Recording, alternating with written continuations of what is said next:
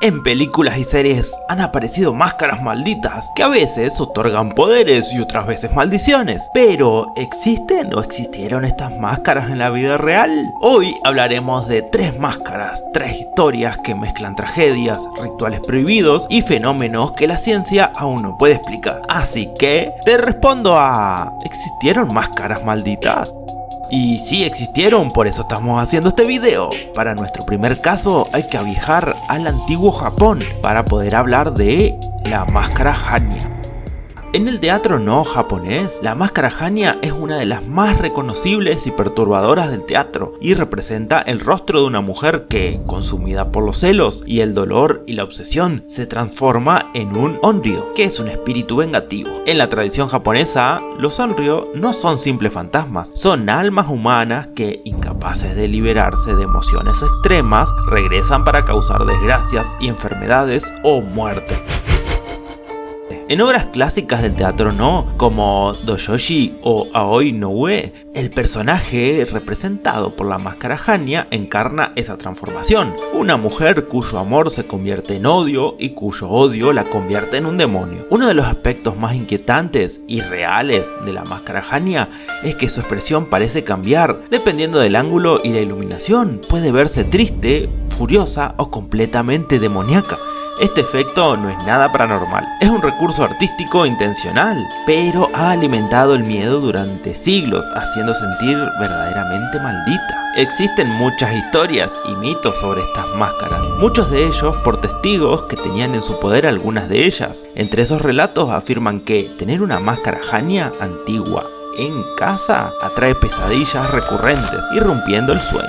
También se menciona que quien las mira fijamente durante mucho tiempo se ve invadido por la paranoia o ataques de ira, y que también colgarla en una habitación altera el ambiente emocional del lugar. La máscara en sí no representa un espíritu, sino que se convierte en un contenedor de emociones humanas negativas, capaz de despertar lo peor de quien la observa. La verdad es que la máscara Hannya en sí misma no existe aislada, sino que forma parte de una tradición japonesa mucho más amplia, que relaciona el uso de las máscaras con espíritus de mujeres vengativas. Dos de los espíritus más reconocidos por la tradición japonesa son Kuchisake Onna, la mujer de la boca cortada. Este espíritu es considerado un mito urbano actual, pero lo cierto es que tiene orígenes desde la época Edo, aunque recién se popularizó en 1970. En la representación actual, Kuchisake Onna se aparece usando una máscara quirúrgica y pregunta a sus víctimas si es bella. Cualquier respuesta conduce a la muerte. Al igual que la máscara Hannya,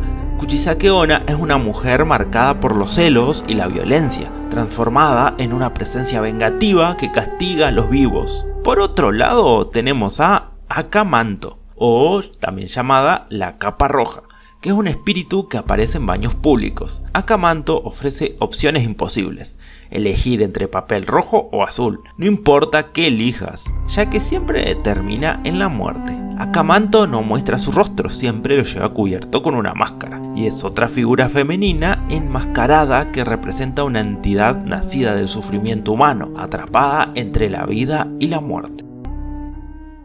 Ahora hablemos de una máscara puntual, el Dorset Ozer. El Dorset Ozer fue un objeto real, una máscara documentada y profundamente temida, tanto que no pudo ser preservada, sino que tuvo que ser destruida. Se trataba de una máscara de madera con cuernos, con rasgos demoníacos exagerados y una mandíbula móvil. Su aspecto recordaba claramente a una figura infernal, que durante siglos fue utilizada en rituales y celebraciones rurales en el condado de Dorset, Inglaterra. Su origen exacto es incierto, pero los historiadores coinciden en que está ligada a antiguas tradiciones paganas, posiblemente previas al cristianismo, relacionadas con el cambio de estaciones, la fertilidad y el caos. No está del todo confirmado, pero podemos decir que su origen se remonta a los antiguos celtas. Algunos historiadores señalan que podría haber sido usada para espectáculos teatrales de Navidad. Otros dicen que pudo haber representado ser una máscara de castigo para esposos infieles o abusadores. Una tradición del castigo que colocaba al infiel sentado de espaldas en un burro y le hacían desfilar mientras era golpeado con diversos objetos llevando esta máscara. Finalmente, también se le asocia a festividades oscuras como el Sabbat. no la banda. El Sabbat, o también conocido como el Sabbat de las Brujas, eran ritos relacionados con la magia oscura, eran reuniones de brujería y muchas veces de sacrificios, algunos de ellos sacrificios humanos. Con el paso del tiempo, el Dorset Oser dejó de verse como parte del folclore festivo y comenzó a generar miedo genuino entre los habitantes locales. En relatos populares recogidos en los siglos XVIII y XIX, se decía que la máscara traía mala suerte a las casas donde se guardaba. Su simple presencia enfermaba al ganado y también que quien la usara fuera de los rituales adecuados atraía la desgracia a su vida. Estas historias no aparecen en documentos legales ni científicos, pero sí en recopilaciones del folclore británico, transmitidas oralmente durante generaciones. El Oser dejó de ser un símbolo festivo y pasó a ser considerado un objeto peligroso y maldito, asociado con fuerzas que ya no debían invocarse. El momento clave que convierte al Dorset Oser en una auténtica historia de terror popular ocurre en 1897. Ese año, el propietario de la máscara decidió destruirla deliberadamente. La razón no fue el desgaste ni el olvido, sino el miedo. Según testimonios recogidos por folcloristas, el dueño creía que la máscara estaba trayendo desgracias a su familia. Se hablaba de problemas económicos, enfermedades y una sensación constante de incomodidad dentro del hogar. Convencido de que el Oser era la causa, el dueño decidió quemarla. Este acto fue interpretado por la comunidad como un grave error, ya que en el folclore local, destruir un objeto ritual antiguo no elimina su poder, sino que lo libera. A partir de entonces comenzaron a circular historias que afirmaban que el espíritu o la energía asociada al Oser había quedado suelta, sin contención. Tras su destrucción, el Dorset Oser dejó de ser solo una máscara y se convirtió en una presencia legendaria. Algunos relatos rurales afirmaban que se veían figuras con cuernos y demoníacas en los campos al anochecer. También se escuchaban ruidos extraños cerca de antiguas granjas. Todos decían que el Oser ya no necesitaba su rostro físico para manifestarse. Estos relatos forman parte del folclore oral británico, que fue recopilado por sociedades del folclore a finales del siglo XIX y principios del siglo XX. Hoy, el Dorset Oser es considerado uno de los objetos folclóricos más inquietantes del Reino Unido. Existen réplicas en museos y colecciones privadas, pero incluso estas copias suelen ir acompañadas de advertencias simbólicas, no porque estén malditas, sino porque representan el miedo a lo antiguo, a lo pagano y a la maldición que fue liberada. Nuestra última mención a máscaras malditas son unas máscaras que en sí no tienen maldiciones como tal, sino que tienen espíritus y se les consideran como máscaras vivas. Pero antes, como siempre, les voy a pedir un like y una suscripción si no están suscritos. Y de palabra clave para comentar, les voy a dejar esta palabra que se pronuncia Wakapapa, o creo que se pronuncia así. Ya les voy a explicar lo que significa. Ahora sí, volviendo a nuestro video, vamos a hablar de las máscaras maorí y los tabúes espirituales.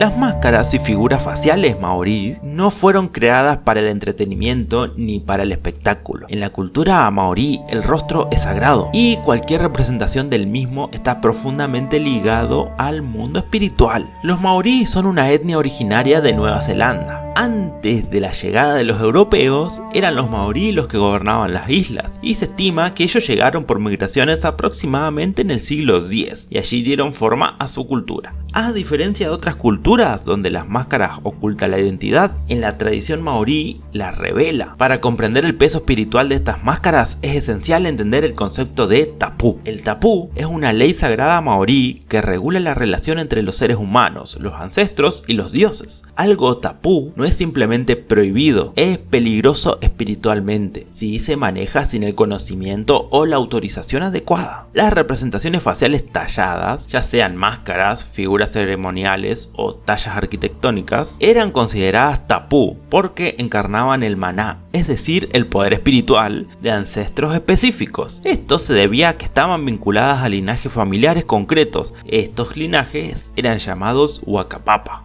Sí, la palabra que les dije que comenta. De esta forma, las máscaras y figuras actuaban como puntos de contacto entre el mundo físico y el espiritual. Tocar, mover o exhibir estos objetos fuera de su contexto ritual no era un error cultural, era una transgresión espiritual. Muchas máscaras y tallas maorí incorporan rasgos similares al tamoko, que es el tatuaje facial tradicional que se hacían y aún se realizan. El moko es una decoración. Cada línea representa historia, estatus, logros y ascendencia. Cuando estos patrones se trasladaban a una máscara o talla, no se copiaba el rostro genérico, sino la identidad espiritual de un ancestro o de un arquetipo protector. Por esta razón, algunas máscaras no podían ser miradas directamente por personas no iniciadas en la tradición maorí. Las máscaras no podían ser colocadas por debajo del nivel del suelo ni permanecer en espacios donde se comiera o se durmiera. El rostro representado seguía siendo alguien y no algo. Las máscaras y tallas faciales eran utilizadas en contextos muy específicos. Estos contextos eran rituales funerarios, ceremonias de iniciación, conmemoraciones ancestrales y protección de espacios sagrados como el marae,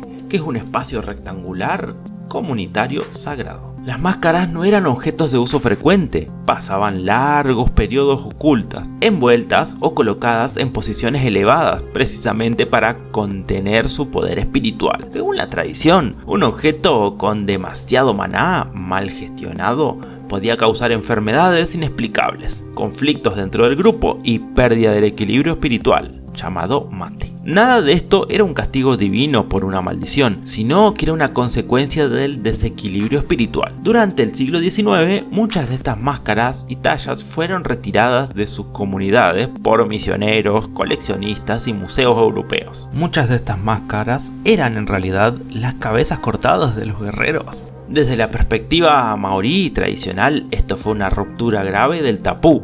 Algunos ancianos afirmaron que al separar estos objetos de su linaje y su tierra, el maná quedaba sin anclaje, volviéndose inestable. Esto dio origen a relatos modernos que hablan de museos donde ciertos objetos no se exhiben, piezas que deben ser bendecidas periódicamente y restituciones acompañadas de rituales de limpieza espiritual. Estos hechos están documentados en procesos contemporáneos de repatriación cultural en Nueva Zelanda. Incluso la creencia llega a tal extremo que en 2010, en una exhibición de las máscaras maorí, se recomendó a las mujeres embarazadas o menstruando que no se acercaran a verlas. El motivo de esto es que para los maorí hay momentos en los que el espíritu es débil, y en caso de las mujeres, el embarazo y la menstruación son momentos de espíritu débil. Esto era lo que creían ellos. Es importante aclarar algo fundamental. En la cosmovisión maorí, estas máscaras no son malditas.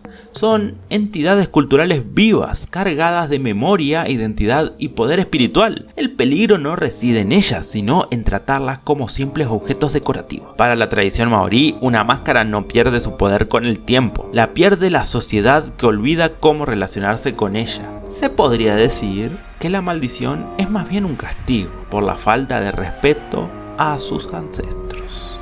Y terminamos por ahora. Hay algunas máscaras más que iba a agregar, pero como siempre se me alargó este top. Pasa que encuentro más y más información interesante y no puedo no agregarla, ¿no? Por ahora me despido, pero no sin antes pedirle que dejen un comentario con sus preguntas. Tal vez tu duda sea el próximo video. Agradezco un like y una suscripción si no están suscritos, que con tan poco me hacen muy feliz. ¡Nos vemos!